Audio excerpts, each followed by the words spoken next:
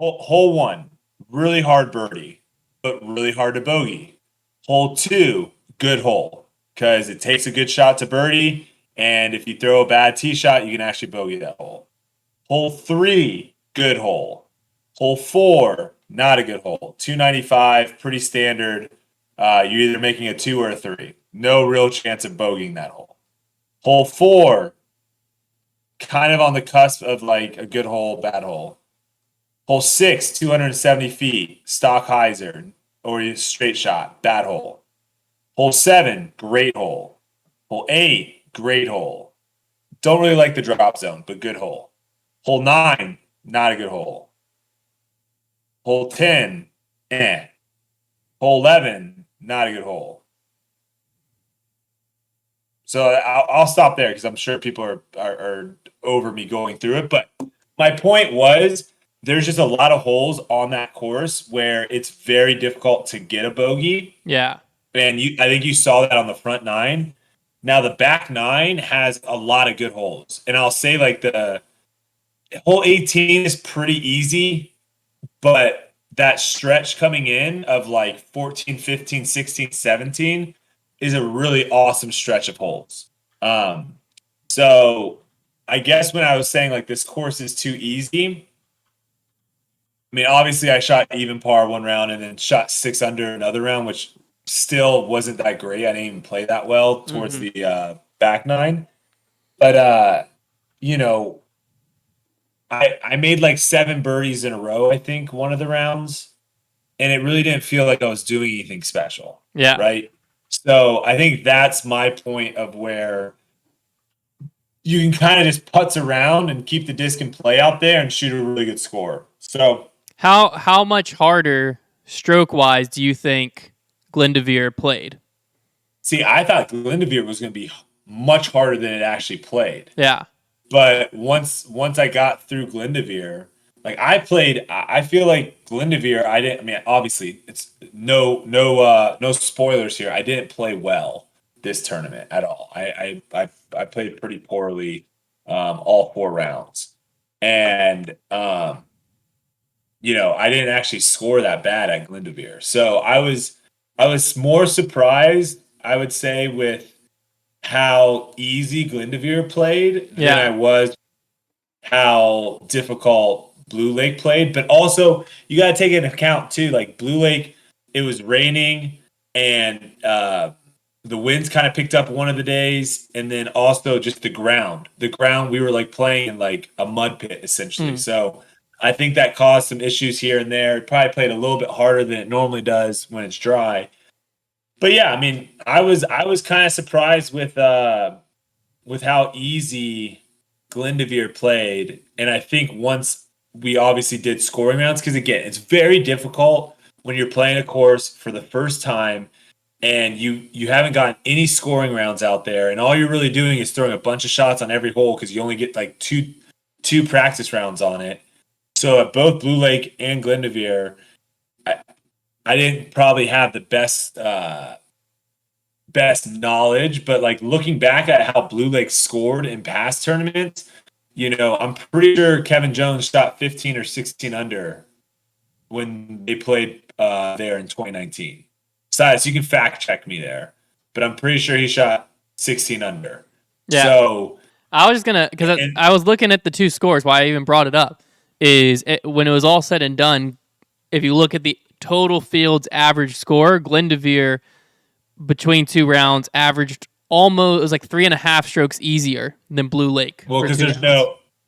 I would Oh, be round four was surprised. the cut though. Round four was the Yeah, cut. I was Gotta gonna, factor that I in. was gonna say, well, I was gonna say I'd be surprised too.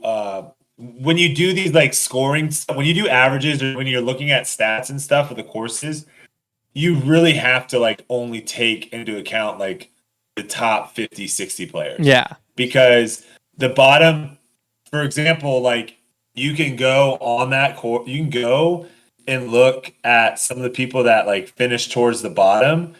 And because Blue Lake just had so much OB, and again, the OB doesn't really come into play for most people. But if you're not playing well and you don't really throw that far, which is probably going to be the people towards the bottom of the field, you can rack up scores there. So that's why you see people that shot 87 and 80 at Blue Lake, Yeah. but shot 75 at a much longer Glendoveer Yeah. because there wasn't that much OB at Glendoveer. And that was after actually doing a scoring round. It was very difficult to birdie out there. There was really only a handful of holes where you felt like, okay, I have to get this birdie. And the rest of them, it was very difficult to birdie out there, which I think you saw in the scores. It wasn't like we had anyone go out and just, have 15, 16 birdies like we do on some courses, but it was really hard to bogey a lot of holes. Really hard. Like you had to really throw bad shots, like really bad shots to bogey. And even then, you had like a lot of all my bogeys, I want to say that I had at Glendoveer, I could have saved par. Mm. But it was either a missed circle one putt that caused me to bogey, or I had like a 250-foot upshot that I flubbed Yeah. and threw it to 40 feet and then missed the putt. So there was very few holes where you're like, crap, like I have no chance. I have no chance to save par from here. Where Blue Lake, with how much OB there was a lot of holes where if you went OB on your tee shot, you're like, all right, my best score is bogey now. So I think that's why the scoring was what it was. But I think a lot of people liked it. I haven't really heard from the fans on what they thought about Blue Lake and Glendoveer. Players wise, it's always interesting to hear what people say. I think a lot of times I think it's hard for players to separate their performance Yeah. with how they like a course. Mm-hmm. So you kind of have to take that. But, I think Glendoveer definitely has a lot of potential for sure. And obviously, it being its first time with the tournament there, I think they can see, like, okay, this hole needs to be tweaked a little bit. This one didn't really have any scoring separation. Let's try to figure that out. Like, I'm hoping they keep the bones of the course for next year and they kind of just adjust and tweak a few more things. Is there any specific hole that oh, you? go ahead. Is there any specific hole you'd want changed, or have I an mean, I idea think on? I think the worst hole out there, there's not really that many bad holes, but I think the worst hole out there that definitely needs some sort of change would be hole 11's the par 5 down. And then it's 12. Is it 14? I think it's 14. It was basically it was the hole right before the really good par 4 where you have like the two trees that you have to throw through and like throw a huge turnover.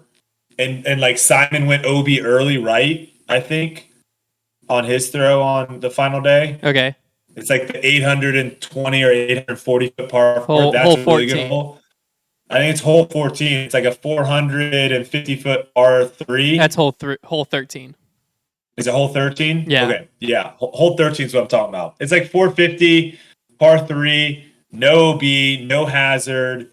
And there's just a bunch of there's nothing in the way for like 400 feet. And then the last like 50 feet, 60 feet, there's just a bunch of trees. And there's not really a gap. Like there's not like I played with a whole bunch of people. No one was like, this is the type of throw I'm throwing here. Everyone was just throwing a shot and then just hoping to get through.